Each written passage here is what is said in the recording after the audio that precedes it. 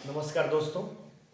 आज हम लोग पढ़ने वाले हैं वैदिक सभ्यता का पार्ट 2 पढ़ने वाले हैं। पार्ट 1 तो आप लोग देखे होंगे, उम्मीद करते हैं समझ में आया होगा।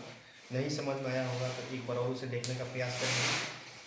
आज हम लोग देखते हैं जो अगला टॉपिक हम लोग का जानकारी का स्रोत। किसी भी चीज़ को हम लोग क्या करते हैं, जानते हैं कि नहीं जी? बताओ, जानते हैं ना? किसी भी चीज़ को जानते हैं तो कहीं ना कहीं से क्या होता है, वो कहीं ना कहीं से हमको साक्ष्य मिला रहता है। यानी मान के चलिए कोई स्टोरी पढ़ते हैं तो कोई स्टोरी मिलता है कहाँ से? किताबों से मिलता है, कहानी से मिलता है कि नहीं? उसी तरह इसका भी जानकारी हमको कहीं ना कहीं से प्राप्त हुआ है, जिसमें सबसे पहला है साहित्यिक स्रोत और दूसरा क्या है? पुरातात्विक स्रोत।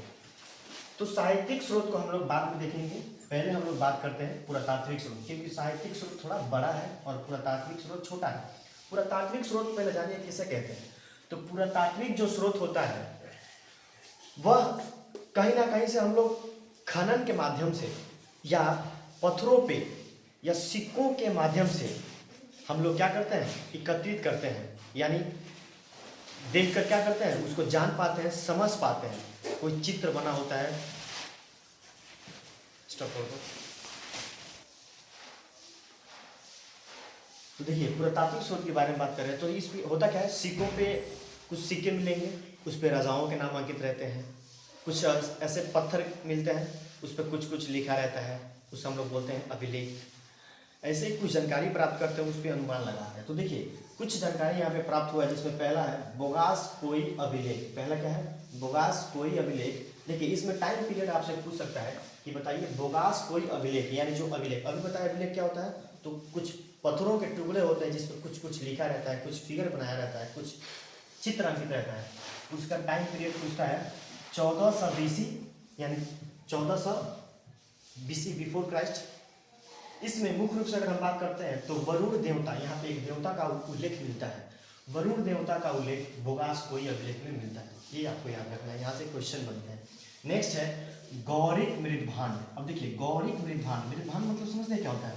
जैसे आज डेट में हम लोग जो घड़ा देखते हैं ना, उस समय वो मृदभांड बोला जाता था। यहाँ पे दो प्रकार के मृदभांड पाए जाते हैं, पहला गौरिक मृदभांड और दूसरा धूसर मृदभांड। अब देखिए गौरिक मृदभांड में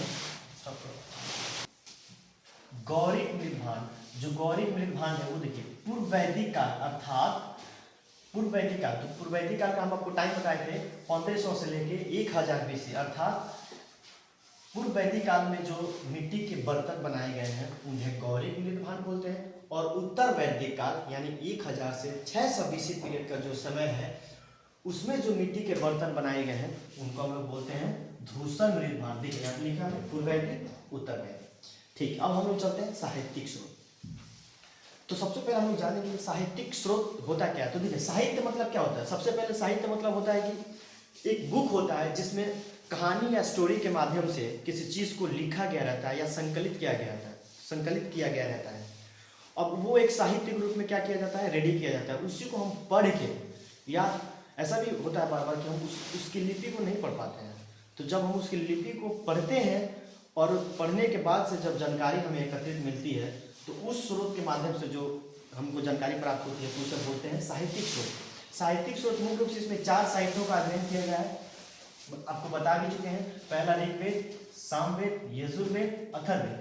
ठीक है, अब इन्हीं चारों वेद अगर हम पढ़ लेते हैं तो हमारा साहित्यिक स्रोत कंप्लीट हो जाएगा। और इनको अगर हम चारों वेदों को पढ़ते हैं तो मान के चलिए लगभग 60 से 70% जो वैदिक सभ्यता है उसको हम लोग कवर कर लेंगे। तो सबसे पहले जानते हैं साहित्यिक स्रोत में पढ़ते हैं ऋग्वेद। अब देखिए ऋग्वेद जो है वो सबसे प्राचीन है। क्वेश्चन आपसे पूछा जाएगा कि बताइए चारों वेदों में सबसे प्राचीन वेद कौन सा है, तो आपको बताना होगा कि ऋग्वेद है। कौन है? ऋग्वेद। अब देखिए इसको भी कोई ना कोई वेद है तो कोई ना कोई संकलन किया होगा, मतलब एक जगह पे एकत्रित किया होगा, पूरा वो सिस्टमेटिक ढंग से रखा होगा। तो एक व्यक्ति थे जिनका नाम है कृष्णद्वैपायन वेद व्यास। ये क्या किए थे? कृष्णद्वैपायन वेद व्यास इसे संकलित किए थे, मतलब एकत्रित किए थे, है ना। अब देखिए ये भी क्वेश्चन पूछता है कि इसका संकलन किसने किया था, तो कृष्णद्वैपायन वेद व्यास। अगला है, अब देखिए यहाँ पे इसमें 10 मंडल है, 10 मंडल। और 1028 सूक्त हैं। अब देखिए, अगर हम मंडल की बात करते हैं तो मंडल क्या होता है, तो आप लोग अच्छे से पढ़े होंगे, जो किताबें होती है, किताबों में चैप्टर दिया रहता है। हर एक जो भी किताब होता है, जैसे मैथ्स का हो गया, साइंस का हो गया, इंग्लिश का हो गया, तो उसमें चैप्टर दिया रहता है, 2 चैप्टर, 4 चैप्टर, 5 चैप्टर, 6 चैप्टर मिलते हैं। ऐसे 2 चैप्टर तो नहीं होते हैं, लेकिन 8-10 चैप्टर होते हैं पर बुक में, ठीक है। उसी तरह यानी इसमें टोटल मिला के 10 चैप्टर है, उस चैप्टर को यहाँ पे मंडल बोला गया है। अब देखिए, इसमें 1028 सूक्त हैं। अब सूक्त क्या है, तो सूक्त आप याद रख सकते हैं, जैसे मान के चलिए हर एक चैप्टर में कुछ ना कुछ लिखा गया रहता है। एक चैप्टर में मान के चलिए 5 पेज 6 पेज कुछ ना कुछ लिखा गया रहता है, तो उन 10 चैप्टरों में, 10 मंडलों में 1028 सूक्त, इन्हें मंत्र बोलते हैं। क्या लिखा गया है, मंत्र बोलते हैं। यानी उन 10 चैप्टरों में 1028 मंत्र को संकलन किया गया है।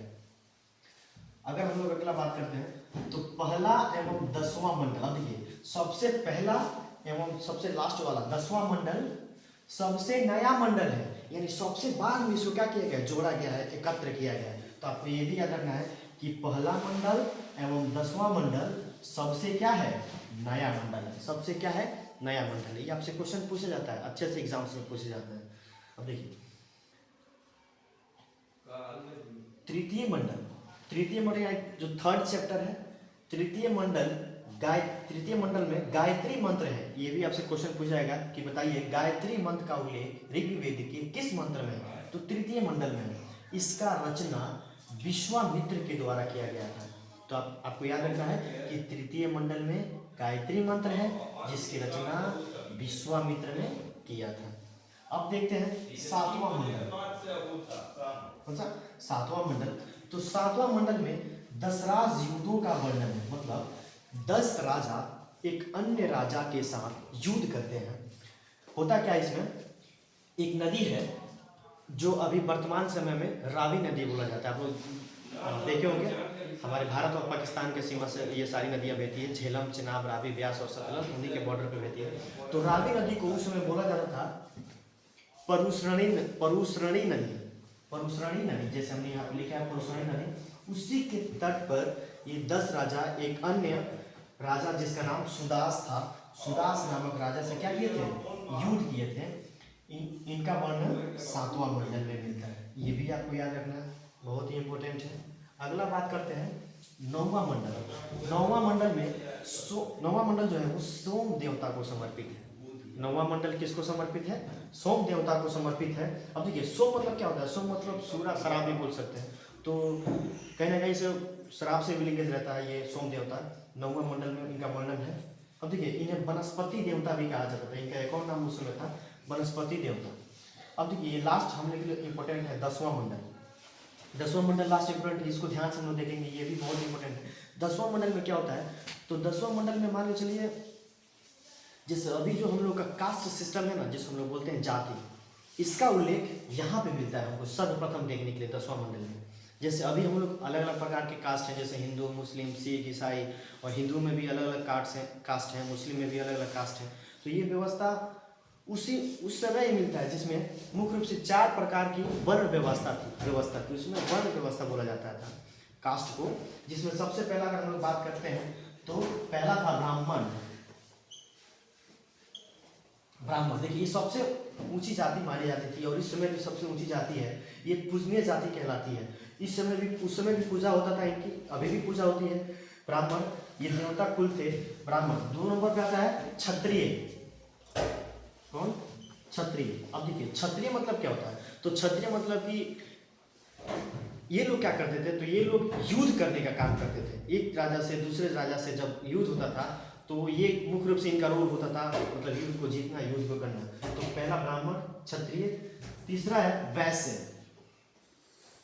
अब देखिए 2 जाति का हमने बता दिया। तीसरा है वैश्य। तो वैश्य का काम क्या था, तो वैश्य बिजनेस करते थे, मतलब वो व्यापार करने का कार्य करते थे, ठीक है। और लास्ट है शूद्र। शूद्र, तो शूद्र जाति का क्या काम था, तो शूद्र जाति मुख्य रूप से क्या करते थे, तो शूद्र जाति का ये छोटे मोटे काम मतलब किया करते थे, जैसे कपड़ा धोना, मैला धोना, यही सारे काम, ठीक है। तो उम्मीद करते हैं आपको समझ में आया होगा। आप हमारे चैनल को सब्सक्राइब करिए, समझ में आया है तो कमेंट करिए ताकि मेरा मनोबल बढ़े। इसी तरह फिर इसका एक और पार्ट आएगा, पार्ट थर्ड। जय हिंद, जय भारत।